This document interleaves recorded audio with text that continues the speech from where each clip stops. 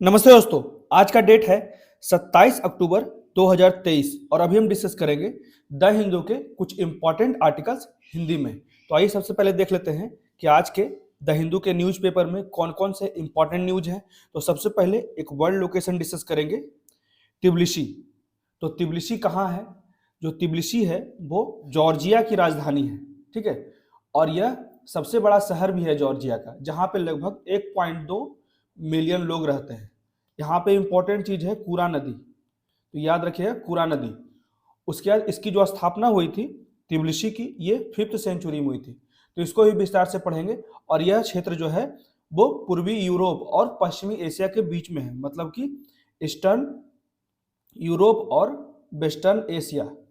इसको मैप में भी देखेंगे, ठीक है। इसको विस्तार से पढ़ेंगे। उसके बाद अगला आर्टिकल जो है वो मणिपुर को संवाद के लिए एक मंच की जरूरत है। मतलब कि हाल के समय में 3-4 महीने पहले जो बहुत ही भयावह घटना हुआ था मणिपुर में, अभी भी वो पूर्णतः शांत नहीं हुआ है। दो जनजातीय समुदाय के बीच में, कुकी और मेइतेई, तो इन दोनों के बीच में जो बहुत ही बड़ा संघर्ष हुआ था और इस पे अनेक प्रकार की समस्याएं थी। तो इसको भी विस्तार से पढ़ेंगे कि क्यों संवाद की आवश्यकता है, और भी जो राइटर बताना चाह रहे हैं उसको भी विस्तार से पढ़ेंगे, जिससे कि मेंस के आंसर राइटिंग में भी बहुत काम आए, क्योंकि ये लगातार न्यूज में रहा है मणिपुर का मुद्दा, ठीक है।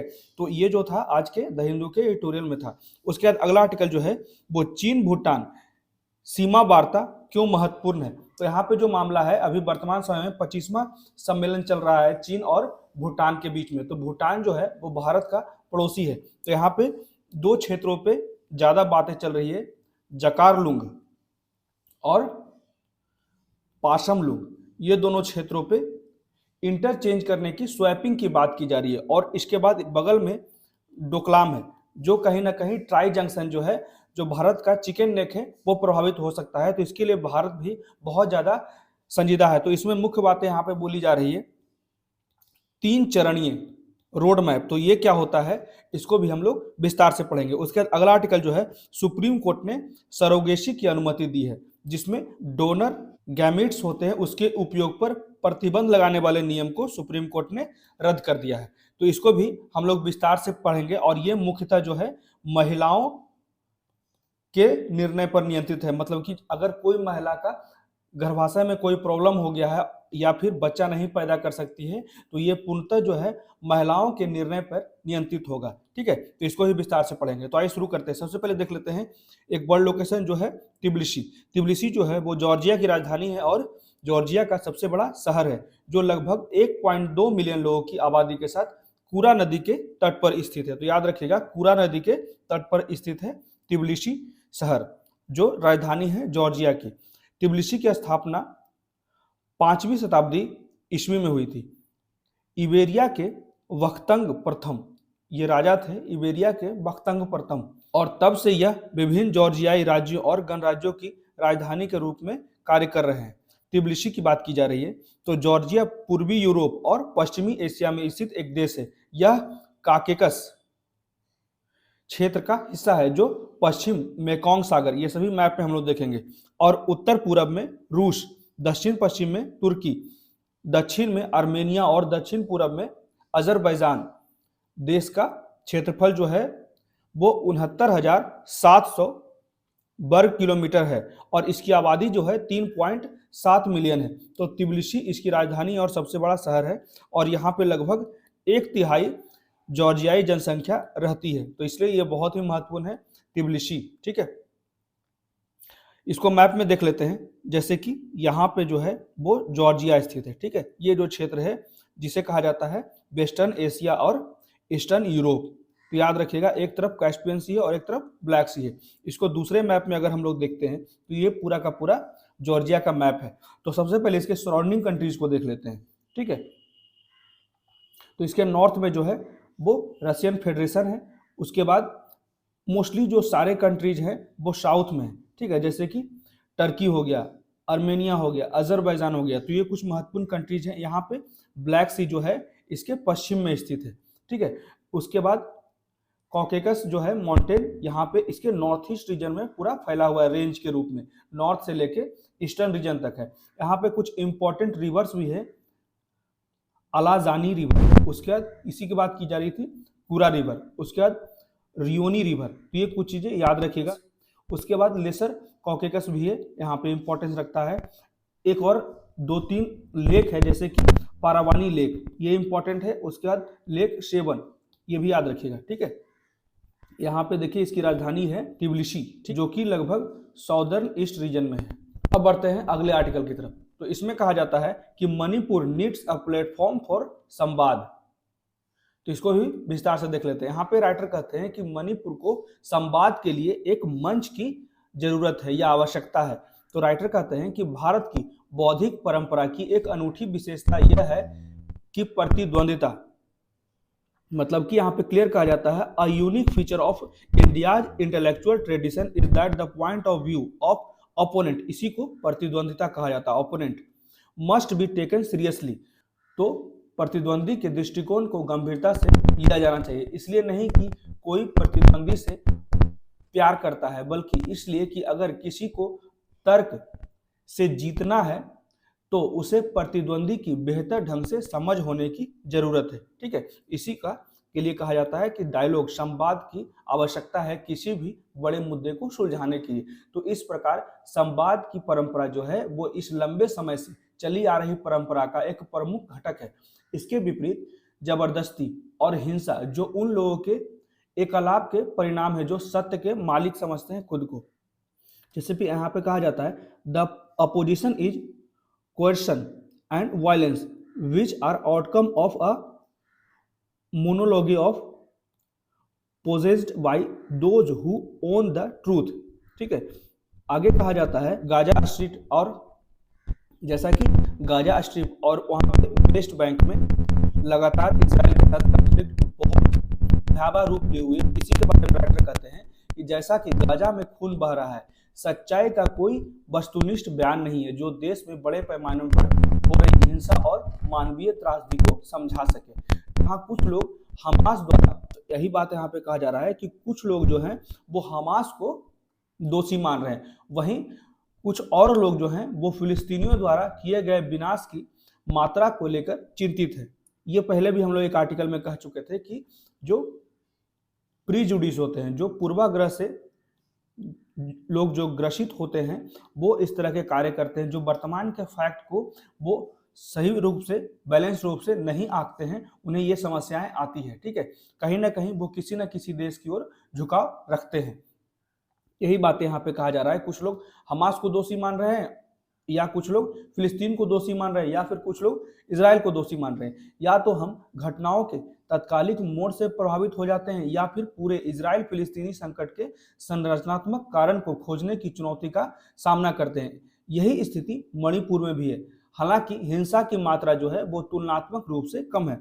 यही बात यहाँ पे कहा जा रहा है कि similar is the case with Manipur though the quantum of violence is far less, मतलब कि अगर कंपेरिजन किया जाए जो इजराइल फिलिस्तीन के मुद्दे का बात किया जा रहा है तो मणिपुर में उसकी तुलना में बहुत कम हिंसा हुआ था, लेकिन किसी एक देश में इस तरह का जो नरसंहार हुआ है ये बहुत ही निंदनीय है।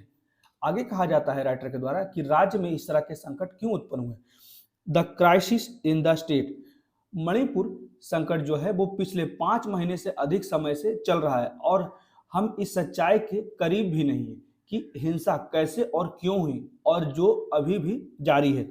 अभी भी हिंसा के कुछ साक्ष्य देखने को मिलते हैं। यही बात यहाँ पे कहा जा रहा है कि the Manipur crisis has been running for over 5 months now and we are nowhere close to the truth of how and why the violence happened and which is still continuing, ठीक है, अभी भी जारी है। जबकि दोनों तरफ से कई नागरिक समाज निकाय जो है वो घटनाओं के हिंसक मोड़ से प्रभावित है, मतलब कि बहुत से अपने अपने समुदाय के बचाव के लिए हिंसक रूप अपना रहे हैं और दूसरे जनजातीय समूह पे लगातार हमला और हिंसात्मक कार्य कर रहे हैं। वहीं अन्य लोग अपने बड़े कहानी, मतलब कि अपने बारे में बढ़ा चढ़ाकर बताते हैं, कहानी या कथा सुनाते हैं। इसी को कहा जाता है narratives. Their larger narratives and demolishing the narratives of the opponents, ये अपने कथा कहानी सुनाकर जो ओपोनेंट के जो कथा कहानी है समाप्त करने का प्रयास करते हैं। ऐसा ही प्रतीत होता है कि प्रत्येक युद्धरत समूह के पास विरोधाभासी सत्य है। मतलब कि ऐसा ही लगता है कि जो प्रत्येक समूह है, जो लोग लड़ाई में भाग ले रहे हैं, वो कॉन्ट्राडिक्टरी ट्रूथ है, मतलब विरोधाभासी सच है। किसी का भी सत्य जो है वो पूर्णतः सत्य नहीं। वही कहा जाता है राइटर के द्वारा कि चुनौती जो है वो तीसरे पक्ष के लिए भी उतनी ही कठिन है, क्योंकि वह किसी न किसी युद्धरत समूह से प्रभावित होता दिख रहा है। ठीक है, यही बात कहा जाता है कि the challenge is equally tough for the third party as it seems to get influenced by one or the other warring groups. ठीक है, आगे कहा जाता है कि एडिटर्स गिल्ड ऑफ इंडिया को मेतीज, जैसे दो जनजाति लड़े थे, मेतीज और कुकी, इसी के कारण मुख्यतः विवाद हुआ था। तो यहाँ पे इसी बात को कहा जाता है कि एडिटर्स गिल्ड ऑफ इंडिया को मेतीज के कड़े प्रतिरोध का भी सामना करना पड़ा। The editor guild of India faces a stiff resistance from the Meiteis. उसके बाद उस पर अनेक प्रकार के आरोप भी लगाए गए। आरोप यह है कि गिल्ड ने एक पक्षपातपूर्ण रिपोर्ट पेश की है जो कुकी के पक्ष में था। ठीक है, ऐसा मैती समुदाय के द्वारा कहा गया। इसके बाद गिल्ड को मणिपुर पुलिस द्वारा एफआईआर को बेसहारा करने के लिए, जो एडिटर गिल्ड है वहां पे एफआईआर भी दर्ज हो गया, उसको इनएक्टिव करने के लिए सुप्रीम कोर्ट को आगे आना पड़ा। ठीक है, तब से अन्य सभी जो तथ्य खोज समितियों में गति जो है वो धीमी हो गई है। जो इस मामले की खोजबीन कर रहे थे वो धीमी हो गई है और सच्चाई की बड़ी तस्वीर अभी भी सामने आनी बाकी है।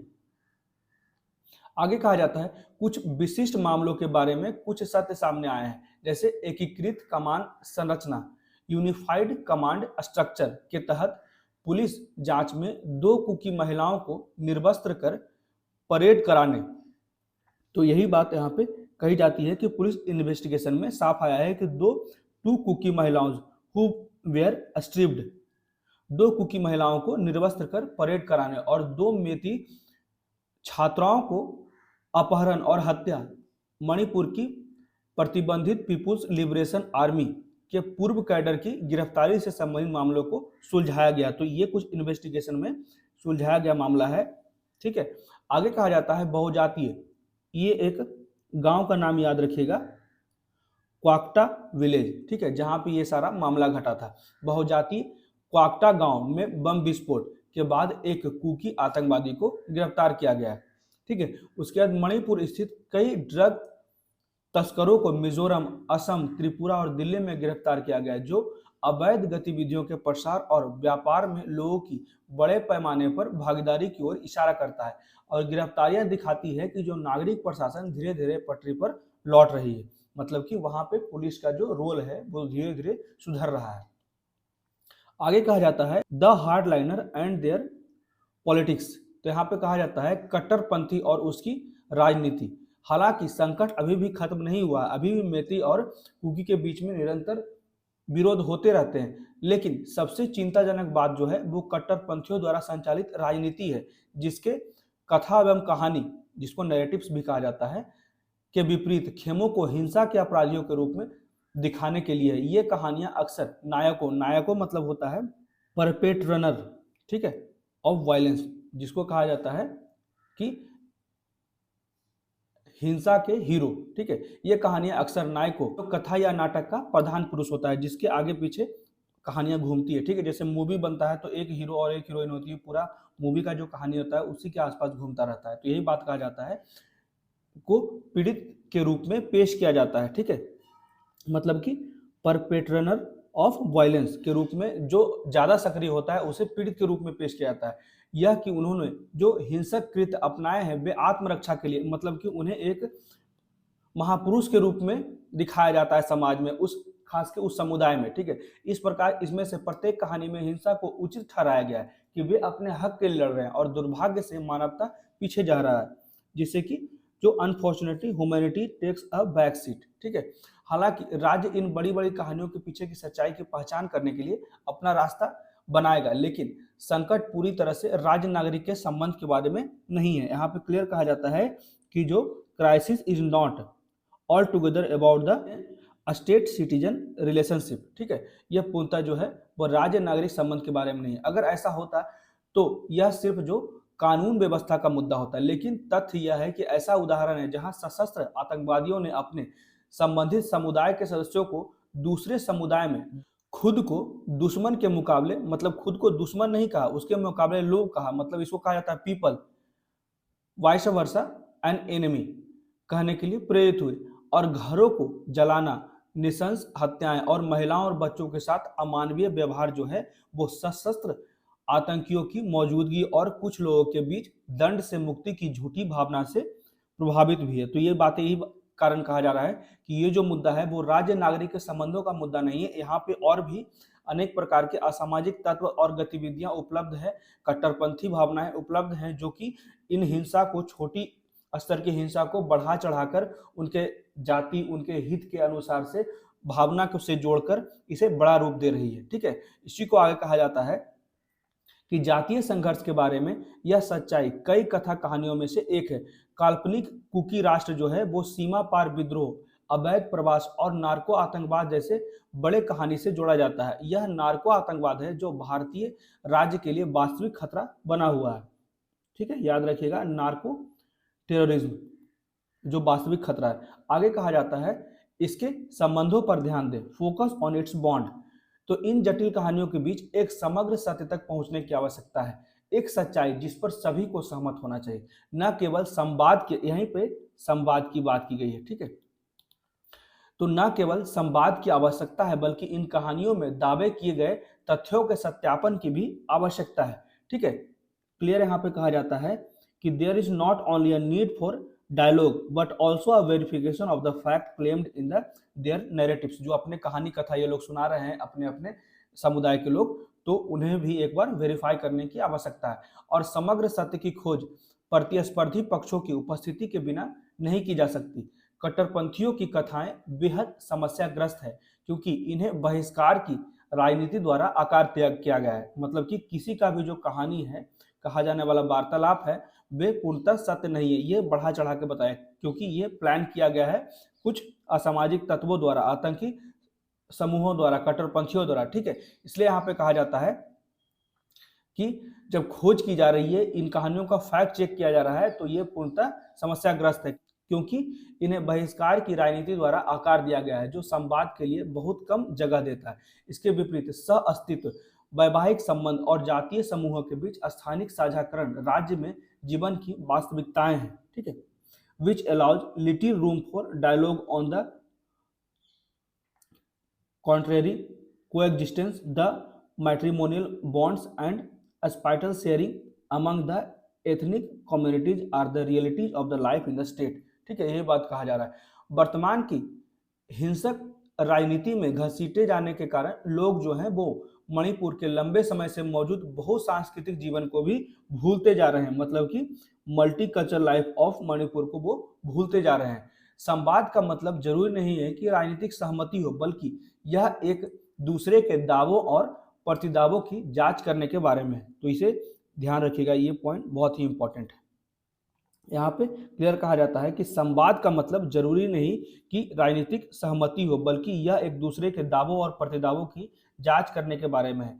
बातचीत से सत्य तभी संभव है जब प्रतिस्पर्धा करने वाले पक्ष जो है वो तर्कों में सौम्यता को पहचाने और परिणाम के प्रति खुलापन दिखाएं, ट्रांसपेरेंसी दिखाएं। ठीक है, भारत की संवाद की बौद्धिक परंपरा सत्य के साथ खुलेपन का निमंत्रण है। इसके लिए संवाद का अभ्यास करने वालों में अत्यधिक नैतिक शक्ति की आवश्यकता है और परिणाम जो है वो शांतिपूर्ण और लंबे समय तक चलने वाले हो सकते हैं। यह दूसरों के दृष्टिकोण और राजनीति को बेहतर ढंग से समझने का प्रयास है। यह स्वयं को एक प्रतिबद्ध सत्य से मुक्त करने और दूसरे पक्ष द्वारा जांच के लिए खुला रखने के बारे में भी है। ठीक है, दूसरे को भी हम जो कह रहे हैं फैक्ट, उसको जांचने के मौका देना चाहिए।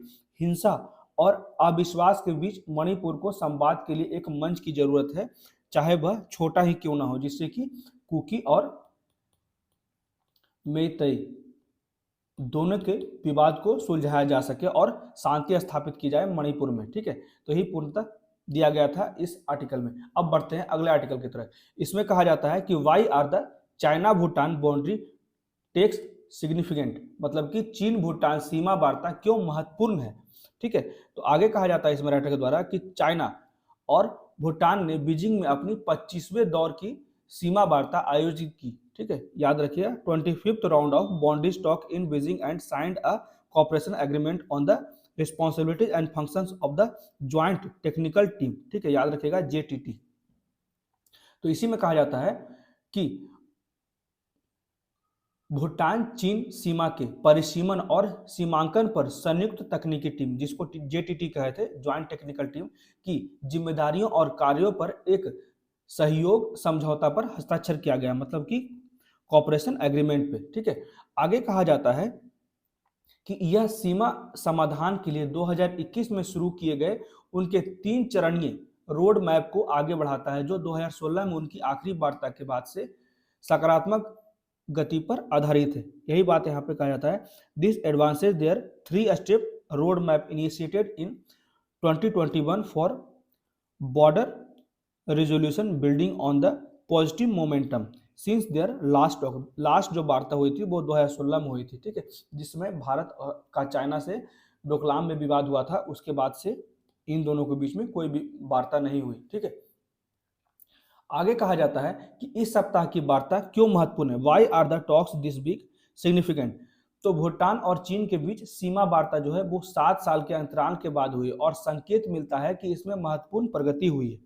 ठीक है, भूटान और तिब्बती, जैसे कि यहाँ मैप में देख सकते हैं, ये बहुत ही महत्वपूर्ण है, ये इसे स्वाइप करने की बात की जा रही है। तो ये दोनों जो लोकेशन है, ये याद रखिएगा, जाकारलिंग और पाशामलिंग, ये दोनों इंपॉर्टेंट है। और यहाँ पे जो है हमारा डोकलाम रीजन है, जो कि ये चिकन नेक को भी प्रभावित करता है, जिससे कि पूरा बाकी भारत का जो लैंड है वो नॉर्थ ईस्ट को कनेक्ट करता है। तो भारत हमेशा सतर्क रहता है कि अगर इस पे चाइना अपना कब्जा जताता है तो ये जो ट्राई जंक्शन है इस पे भी प्रॉब्लम आ सकता है, इसके लिए भारत बहुत ज़्यादा सतर्क है।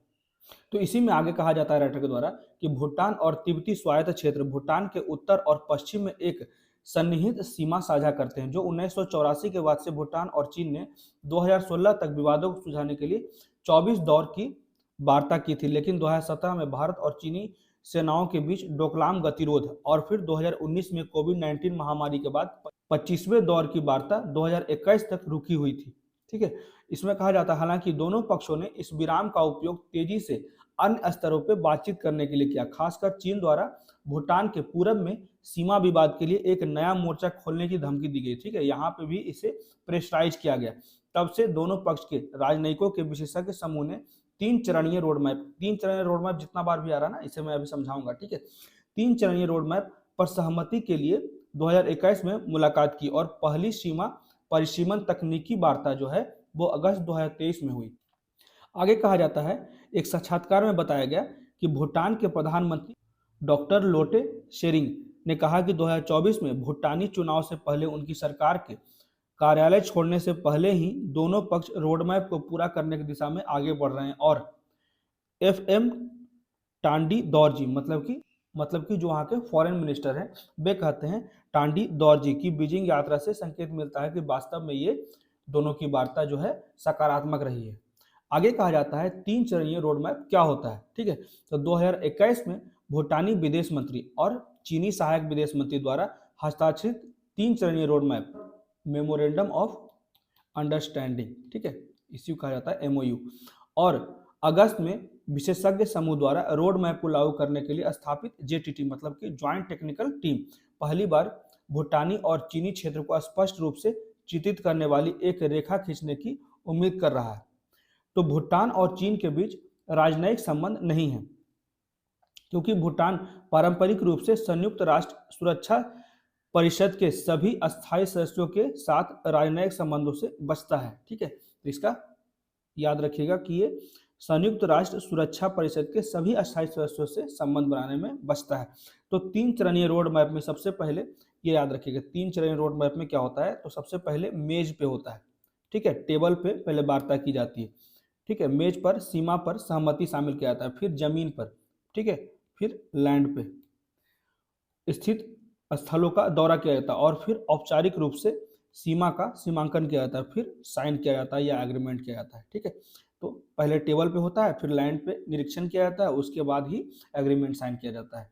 तो यहाँ पे क्लियर मैं लिखा हूँ इसमें, पहला सीमांकन को लेकर सहमति बनाना, उसके बाद दूसरा जो है वो सीमांकन वाली जगहों का औपचारिक दौरा, और तीसरा जो है आखिरी चरण में सीमा का निर्धारण, ठीक है, जो ऑफिशियली कागजी कार्रवाई होती है।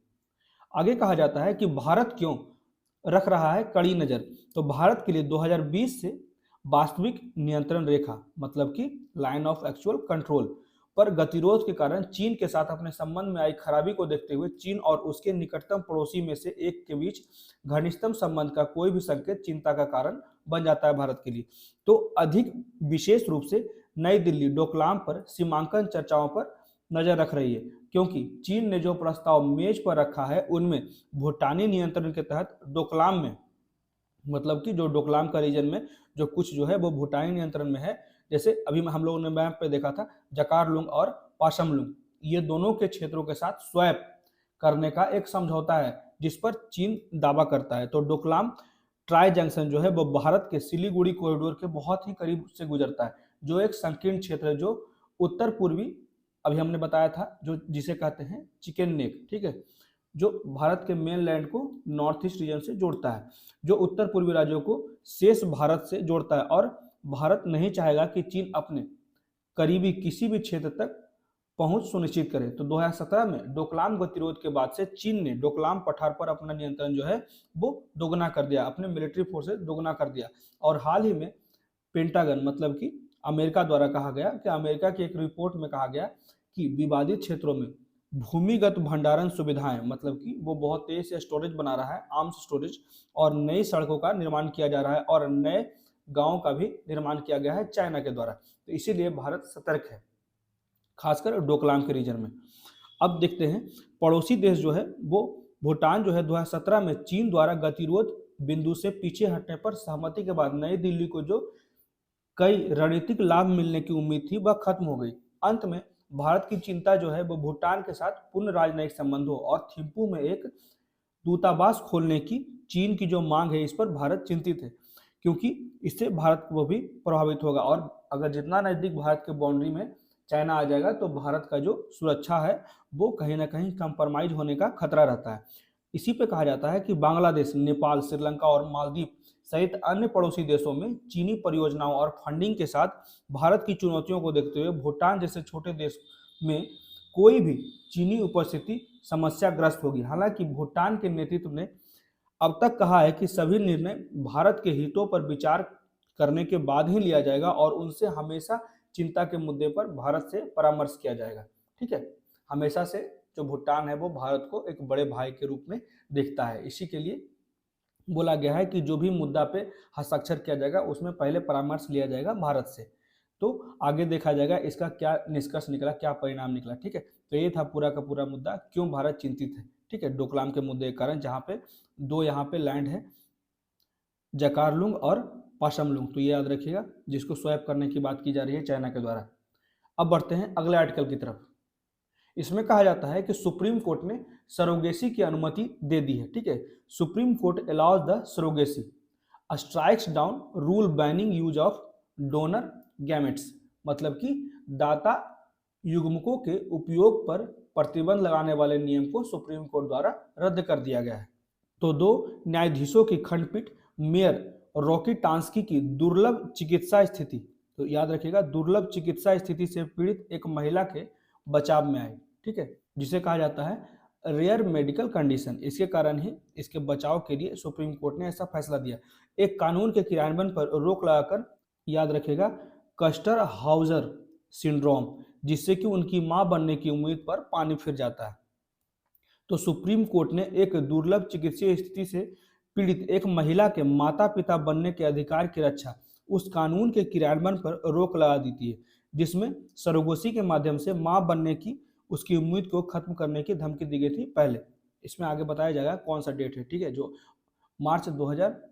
14 मार्च 2023 को दिया गया था कि सरोगेसी जो है वो इलीगल है, लेकिन अभी इस पर सुप्रीम कोर्ट ने अपना वक्तव्य बदल दिया है। ठीक है, इसी महिला के जिसको ने दुर्लभ चिकित्सक बीमारी से अब पीड़ित है, जो मां नहीं बन सकती है, उसी के पक्ष में सुप्रीम कोर्ट ने कहा है कि सरोगेसी लीगल है। ठीक है, आगे कहा जाता है महिला को Mayer Rokitansky Kuster Hauser syndrome है, जो मेडिकल बोर्ड के रिकॉर्ड से पता चला है कि उसके पास अनुपस्थित अंडाशय मतलब कि she can not produce her own eggs और ऑकिट्स, मतलब कि अनुपस्थित गर्भाशय, और इसलिए वह अपने अंडे और ओसाइटस का उत्पादन नहीं कर सकती है। इसी के कारण इस जोड़े ने पिछले साल 7 दिसंबर को जेस्टेशनल सरोगेसी की प्रक्रिया शुरू की। आगे कहा जाता है 2023 का जो संशोधन सरोगेसी अधिनियम जो है वो 2021 की धारा 2 और 4 का खंडन करता है। हालांकि इस साल 14 मार्च को एक सरकारी अधिसूचना ने कानून में संशोधन करते हुए दाता युग्मकों, मतलब कि डोनर गैमेट्स के उपयोग पर प्रतिबंध लगा दिया गया था। ठीक है, इसी को अभी वर्तमान में सुप्रीम कोर्ट ने बदल दिया है। तो इसमें कहा गया है कि इच्छुक जोड़े को सरोगेसी के लिए अपने स्वयं के युग्मकों का प्रयोग करना होगा, और संशोधन को महिला के माता पिता बनने के अधिकार का उल्लंघन बताते हुए चुनौती देते हुए सुप्रीम कोर्ट में याचिका दायर की गई।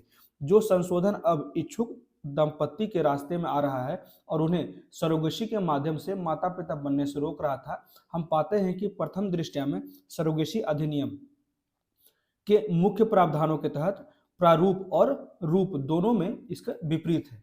बहुत सी चीजें अभी बदल दी गई है। तो न्यायमूर्ति बीबी नागरत्न, इसमें मुख्य मुद्दा यही है कि वर्तमान समय में सुप्रीम कोर्ट ने परमिशन दे दिया है सरोगेसी से माता पिता बनने के लिए, और जो डोनर गैमेट्स है उसका उपयोग किया जा सकता है। ठीक है, तो आगे कहा जाता है याचिकाकर्ता के वकील और वरिष्ठ अधिवक्ता संजय जैन ने तर्क दिया कि सरोगेसी नियम 2022 के संशोधित पैराग्राफ 1D ने दाता अंडे के उपयोग को खारिज करके उसके मुवक्किल और उसके पति के लिए जारी रखना असंभव बना दिया था 2022 में उस समय। ठीक है, लेकिन पितृत्व प्राप्त करने के लिए सरोगेसी की प्रक्रिया आवश्यक है। तो उन्होंने तर्क दिया कि 2023 का जो संशोधन है सरोगेसी अधिनियम 2021 की धारा 2 और 4 का खंडन करता है, जो उस स्थिति को मान्यता देता है जब एक चिकित्सीय स्थिति के लिए कपल जोड़े को माता पिता बनने के लिए, मतलब कि ये तभी संभव है, इसमें क्लियर एक कंडीशन दिया गया है, जब फीमेल जो है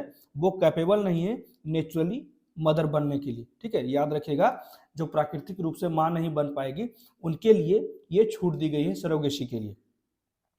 ठीक है, तो इसी के लिए सरोगेसी का विकल्प चुनने की आवश्यकता होगा। तो श्री जैन ने सरोगेसी नियमों के नियम 14A का उल्लेख दिया, जिसमें उन चिकित्सा या जन्मजात स्थितियों को सूचीबद्ध किया गया है जिनके कारण एक महिला जो है गर्भावधि सरोगेसी के माध्यम से मां बनने का विकल्प चुन सकती है। ठीक है, तो यहाँ पे कुछ नियम भी बनाए गए हैं कि कौन कौन से कंडीशन है जहाँ पे फुलफिल होंगे सरोगेसी के लिए।